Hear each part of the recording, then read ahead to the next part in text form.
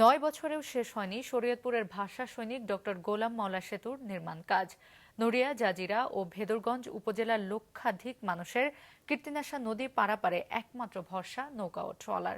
এতে প্রায়ই ঘটছে হতাহতের ঘটনা। শরীয়তপুর জেলা রিপোর্টার মোহাম্মদ কবিরুজ্জামানের পাঠানো তথ্য চিত্রে ডেস্ক রিপোর্ট।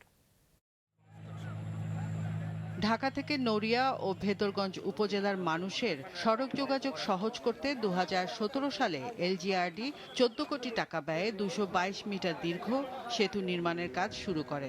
7 মাস কাজ করার পর নদী ভাঙন শুরু হলে নকশা জটিলতার কারণে নাভানা কনস্ট্রাকশন ভাষা সৈনিক ডাক্তার গোলাম মাওলা সেতু নির্মাণ কাজ বন্ধ করে দেয়। সে সময় প্রতিষ্ঠানটি 3 কোটি 42 লাখ টাকা তুলে নেয়।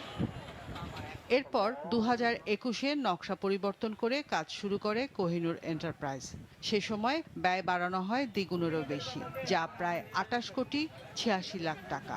নতুন নকশায় কাজের সুবিধার সময় ভেঙে ফেলা হয় হালকা যান চলাচলের পুরনো ব্রিজটি। এতে চরম দুর্ভোগে পড়েন 3 উপজেলার মানুষ। কয়েক লাখ মানুষের নদী পারাপারের একমাত্র মাধ্যম হয় নৌকা। ছোট বাবুদের নিয়ে ট্রলারটা যখন পার হই তখন তো আমরা সবসময় ভয়ে থাকি। আমাদের নড়িয়ার এই সেতুটা কিন্তু পদ্মা সেতুর আগে কাজ শুরু হয়েছে, কিন্তু এই সেতুর কাজ এখনো শেষ হয়নি। সরকারকে দেখা উচিত, এমপি মন্ত্রীদের দেখা উচিত যে এই কাজটা যত দ্রুত সম্ভব করা দরকার। আমাদের যাতে অত দ্রুতের সাথে আমরা এই যোগাযোগের ব্যবস্থা সম্পূর্ণ করে দেয়। ভোগান্তির শেষ নেই, অর্থাৎ এই সমস্যার যে কবে সমাধান হবে আমরা বলতে পারতেছি না। আমরা এই ফার্স্ট স্প্যানের কাজ শুরু করছি, দ্বিতীয় স্প্যান শুরু করব। আর নদীর মধ্যে আমাদের বার্জ আসবে, বার্জ আসলে আমরা পাইলের কাজ শুরু করব।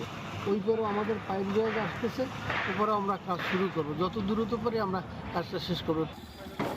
দীর্ঘদিন বন্ধ থাকার পর চলতি মাসের 12 তারিখ থেকে ফরিদপুরের জান্নাত কনস্ট্রাকশন ও রেজাউল করিম যৌথভাবে তৃতীয় দফার কাজ শুরু করলেও চলছে ধীর গতিতে। যদিও এলজিইডি নির্বাহী প্রকৌশলী জানান, আগামী বছর নির্দিষ্ট মেয়াদের মধ্যেই শেষ হবে সেতু নির্মাণের কাজ। 9টা পাইল আছে আসলে পানির মধ্যে, এই পাইলটাকে সে সর্বোচ্চ গুরুত্ব দিয়ে কাজটা শেষ করার চেষ্টা করতেছে। এই 9টা পাইল যদি উঠে ফেলতে পারি তাহলে আমি আশা করি 6-7 মাসের মধ্যে কাজটা শেষ হয়ে যাবে। দ্রুত ভাষা সৈনিক ডাক্তার গোলাম মাওলা সেতু নির্মাণ কাজ শেষ করে সাধারণের জন্য তা উন্মুক্ত করে দেওয়ার দাবি উপজেলাবাসীর। মাছরাঙা নিউজ ডেস্ক।